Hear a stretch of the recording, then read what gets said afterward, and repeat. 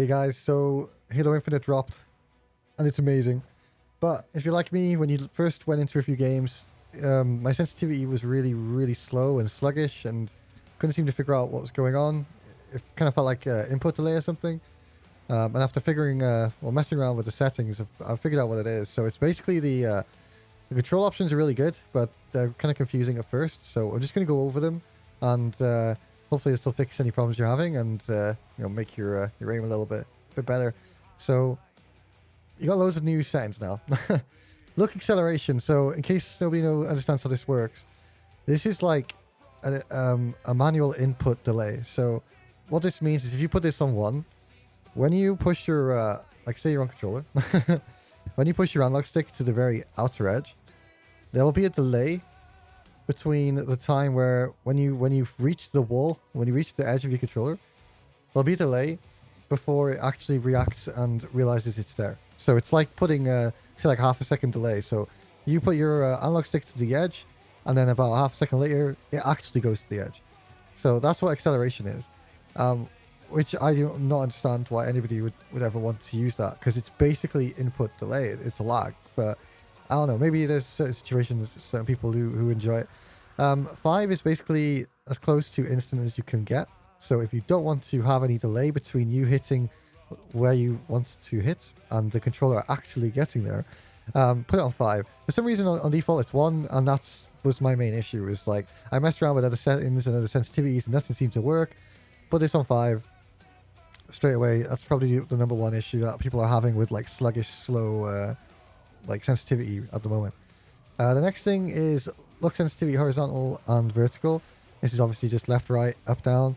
Ideally you want these set to be the same, otherwise it could be a bit strange on the radial. Totally fine if you mess around and find maybe this one could be half a step down or something like that. But ideally keep them the same unless you're really getting into experimenting with them. This is purely personal preference. So 10 is max, 1 is lowest. So if you want a really slow sensitivity, put it on 1. If you want it really high, put it on 10. I'm still dialing this down. I think I might be going up to 6.5 or 7. I just found I was hitting some good sniper shots with 6. So it's my first day. Everyone's going to take a good couple of days to tune their sensitivity in and see. So once I know exactly what I'm sticking with, I'll make another video that's just my setup basically. So play around with these, but as long as this is on 5, you'll get a true realization of what these sensitivities are. At the moment you could be running on 10 and it's still slow because this is on like 2. So put it on 5, put these on around about 6, see how you like it, and then go up or down from there. That's what I would suggest. Now for this to work and actually feel good, there is some more things we need to do. I haven't played around with all the different optics yet because I don't actually know which gun runs what optics and stuff. I haven't played enough. So I'll do this in another video. For the most part, I don't even zoom in really. So it doesn't affect me too much. That's a great thing about Halo. You don't need to zoom in. Right, so these are the really important things that I think some people might overlook. Move thumbstick, look thumbstick. So basically, left, right, thumbstick. That's basically what this means, right? Send to dead zone. You will have to go into like a private lobby or a bot game or something like that. Or even, just go into a normal game, an AFK. What you're looking for is basically stick drift. Every single controller out there is different. I've got the Elite 2 Xbox, and it's only a couple of days old. It's got stick drift. Like, every controller will have it when you put this to bare minimum. So, if you put this to 0, and I'll load into a game, and then I'll show you what I mean. Okay, so we're in a game now, and you can see I'm not doing anything, and my character is moving, and is looking around the room. So this is because your controller, even when you're not touching it, might be a tiny bit off center, and the game will register that. So every controller is completely different, which is why you can't just use somebody else's settings. And this is how you tune yours in. I've just done this for mine, and I know what is working for mine. But what you want to do is come down to the move and the look, center dead zone, and you want to just go up in like increments of 1. So as we go up 1, let's go back. I'm still moving around screen. It's no good. Go up 1 again. Center dead zone. 1 again. It's still moving. Right, so you basically do this until it doesn't move anymore.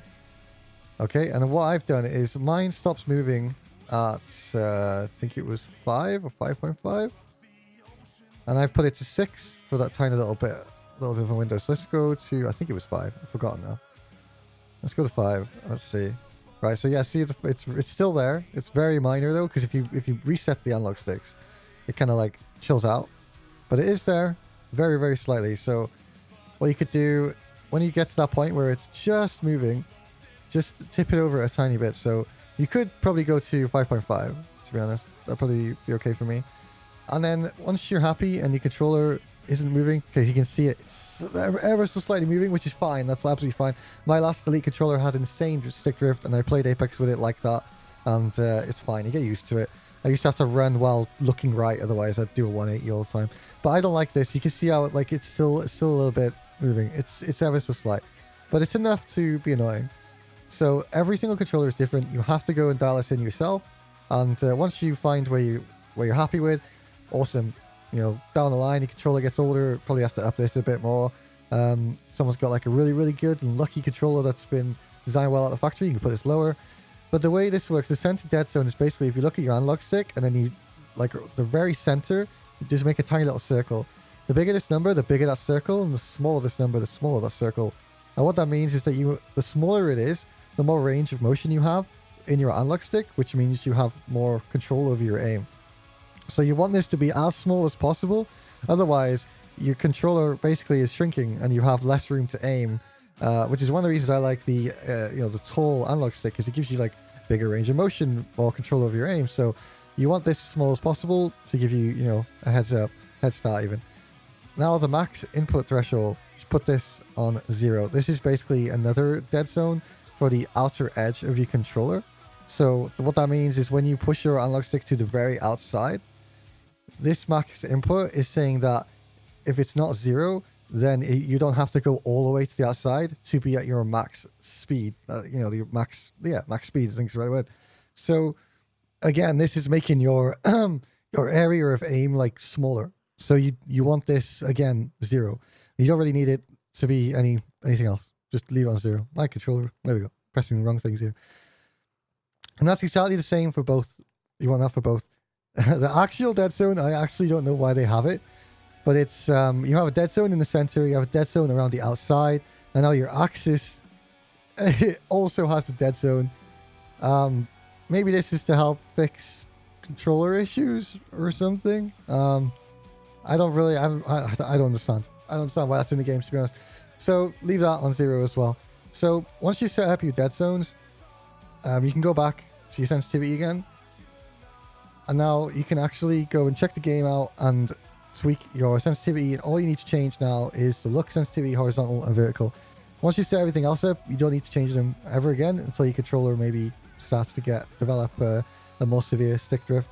And this will give you, the best aim possible, the most range of motion, the most chance you've got. So yeah, that's it. Again, I'm going to be playing a lot of Halo, and I'm going to be trying to fine-tune my sensitivity and all my other settings. I've also found a few settings that are kind of mandatory to run with to make the game smooth, and I'll go over all those in another video.